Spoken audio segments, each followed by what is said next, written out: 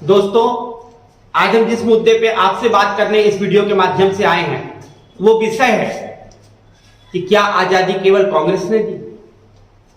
कौन सा ऐसा कारण था कि आजादी के बाद देश की जनता को यह समझाने में बिल्कुल सफल हो गए कांग्रेसी कि जो भी आजादी मिली है कांग्रेस के कारण मिली। कांग्रेस के नेता ही महिमा मंडित किए गए, कांग्रेस के ही लोगों को आगे से आगे सहानुभूति मिली कि इन्होंने स्वतंत्रता संग्राम की लड़ाई लड़ी है, इन्होंने आजादी की लड़ाई लड़ी। लेकिन क्या आपको लगता है कि आजादी हमें केवल कांग्रेस के कारण मिली? अगर आप बहुत सारे मुद्दों को एक साथ जोड़ेंगे तो आप पाएंगे कि केवल कांग्रेस एक माध्यम भले था, लेकिन केवल कांग्रेस ही आजादी के लिए पूरी तरह से अपना जो क्रेडिट लेती है वो कितना गलत करती है। नमस्कार, मैं हूं अभिषेक मालवी और आप हमारा चैनल देख रहे हैं कुरुक्षेत्र। आज हम आपको आजादी की लड़ाई से संबंधित उन तथ्यों को बताएंगे जो कहीं ना कहीं आज भी हमारी किताबों से गायब कर दिए गए या सोचा गया कि इनको हटा दिया जाए। मैं आपको बताऊं, कांग्रेस के इतिहास की बहुत सारी किताबें आपको मिलेंगी। उनमें से एक किताब का नाम है कांग्रेस का इतिहास। पट्टाभी सियाराम रमैया ने उस किताब को लिखा है, कांग्रेस का इतिहास, और उसमें आजादी की पूरी लड़ाई को कांग्रेस के साथ महिमा मंडित करने की कोशिश की गई। विपिन चंद्रा ने किताब लिखी है भारत का स्वतंत्रता संघर्ष। उसमें उन्होंने भगत सिंह, चंद्रशेखर आजाद और क्रांतिकारियों के जो आंदोलन थे उसको थोड़ा सा महत्व देने का प्रयास किया, लेकिन वास्तविकता से वो भी थोड़ा दूर है। हमें कभी ये नहीं बताया गया कि वास्तव में आजादी हमको कैसे मिली। देखिए, जब आप आजादी की लड़ाई की शुरुआत पढ़ते हैं तो आप 1857 पे जाते हैं।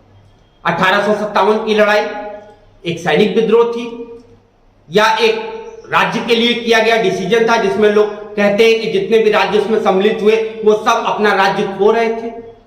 लेकिन उसके बाद भी प्रश्न आता है कि क्या यह स्वतंत्रता का संग्राम था? वास्तव में था। और वीर सावरकर ने अपनी किताब लिखी है 1857 की क्रांति, प्रथम स्वतंत्रता संघर्ष, और वो प्रथम स्वतंत्रता संघर्ष था। लेकिन उस प्रथम स्वतंत्रता संघर्ष की क्या परिणति हुई? अंग्रेजों ने उस आंदोलन को कितनी क्रूरता से दबाया और भारतीयों के मन में यह भर दिया कि अंग्रेजों से लोहा लेना भारतीयों के बस में नहीं। उसके बाद अंग्रेजों ने अपने फायदे के लिए लोगों को अंग्रेजी शिक्षा दी। आप जानते हैं, अंग्रेजों को लोगों की जरूरत थी, अंग्रेजों को काम करने के लिए ऐसे लोगों की जरूरत थी जो अंग्रेजी और हिंदी दोनों जाने, जिससे वो कम से कम भारत में ज्यादा समय तक राज कर सके। लेकिन हुआ इसका ठीक उल्टा। जब अंग्रेजी पढ़ाई गई तो अंग्रेजी साहित्यों को पढ़ने के बाद यहां पे एक राष्ट्रवादियों का हुजूम खड़ा होना शुरू हुआ। उन्हें लगा कि जो फ्रांस स्वतंत्रता की बात किया, जो अमेरिका स्वतंत्रता की बात किया, जो बाकी छोटे छोटे देश स्वतंत्रता की बात किए और अपने अधिकारों की मांग कर रहे हैं, क्या उनको आज अधिकार मिले हैं? और अपने अधिकार और अपनी ताकत को भारतीयों ने पहली बार समझा। 1857 के बाद भारत के जितने भी राष्ट्रवादी थे उनका जो मूल लक्ष्य था वो हिंदू धर्म, हिंदू साहित्य और अपने देश के अंदर जितनी भी बुराइयां हैं उनको खत्म करना था। इसमें मैं दो लोगों का नाम लेना चाहूंगा, एक पंडित मदन मोहन मालवीय, एक सर सैयद अहमद खान।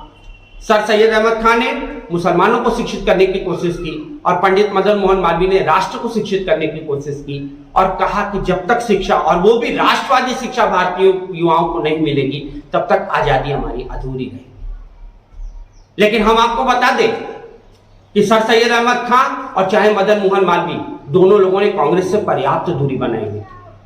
मदन मोहन मालवीय ने भले अपनी जिंदगी की शुरुआत कांग्रेस से की, लेकिन बाद में वो हिंदू महासभा और बाकी ऐसे संगठनों से जुड़े जो कांग्रेस से संबंधित नहीं थे।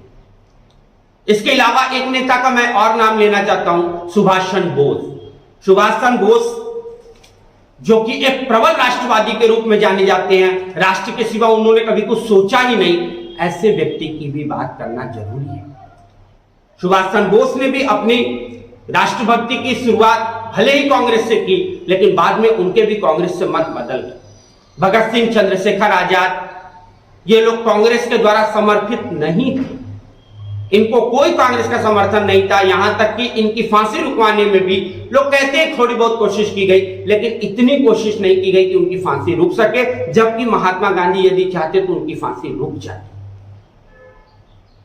तो आप बताइए, यदि पूरा का पूरा दारोमदार या पूरा का पूरा क्रेडिट अगर हम कांग्रेस को दे देते हैं आजादी का, तो सुभाष चंद्र बोस, मदन मोहन मालवीय, एनी बेसेंट या बाकी आपके भगत सिंह, इन लोगों का क्या फिर योगदान रहा?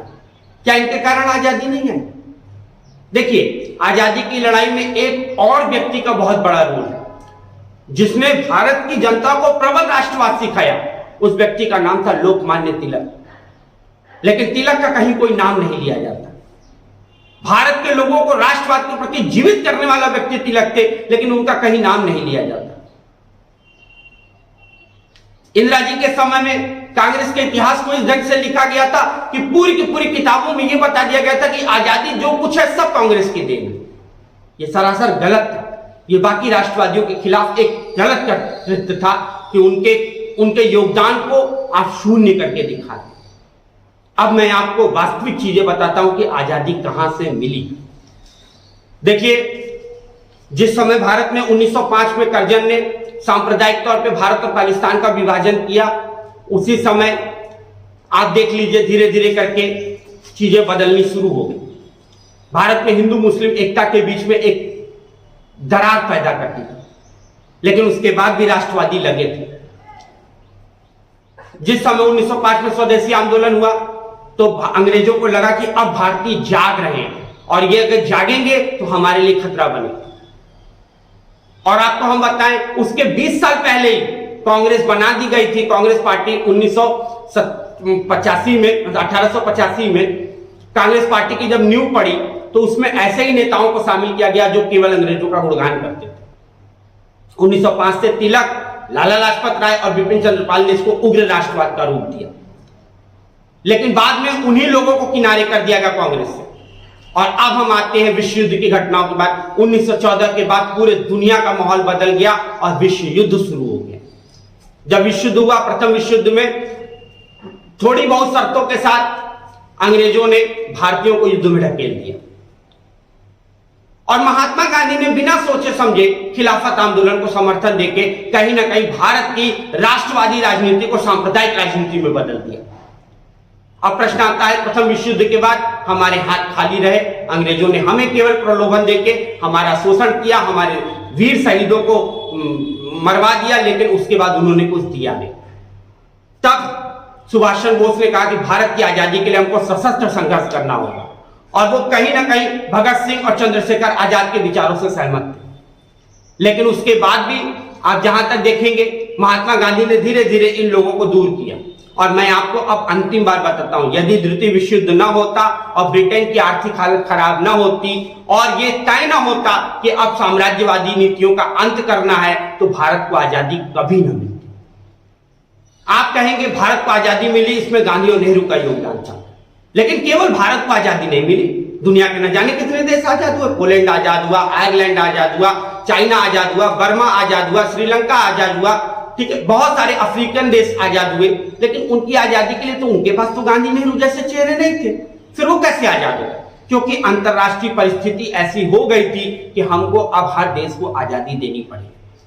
एटली ने एक इंटरव्यू में कहा था, एटली उस समय प्रधानमंत्री था ब्रिटेन का जिस समय हमको आजादी मिली, एटली ने कहा था कि महात्मा गांधी का योगदान आजादी में कुछ भी नहीं है, हमने आजादी दी तो कहीं ना कहीं सुभाष चंद्र बोस के कारण।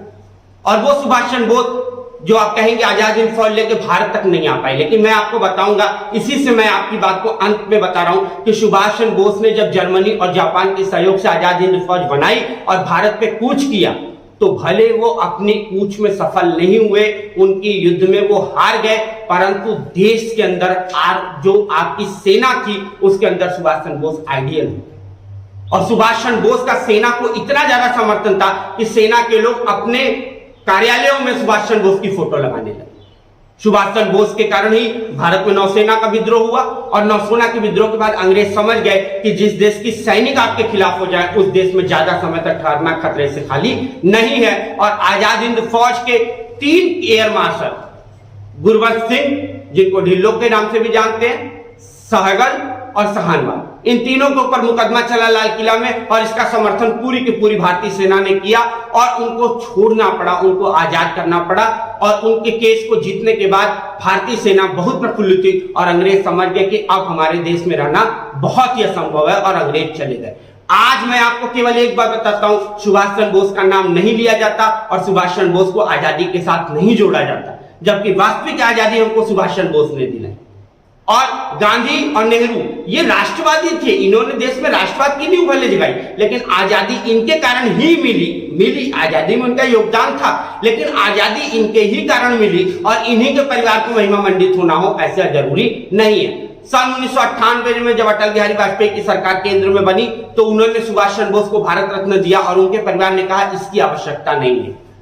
तो इस तरह से कांग्रेस के नेताओं को महिमामंडित करना और कांग्रेस का ही पूरे देश में इसलिए राज करना कि हमने आजादी की लड़ाई लड़ी है, ये सरासर गलत है। इस तथ्यों को आप और देखिए और हमारे वीडियो के साथ जुड़िए। हम आपको आजादी से संबंधित और आजादी के बाद की जो राजनीतिक उठापटक है उनसे आपको अवगत कराते रहेंगे। और अगर आपको ये वीडियो पसंद आया होगा तो उसको लाइक करिए और सब्सक्राइब करिए। धन्यवाद।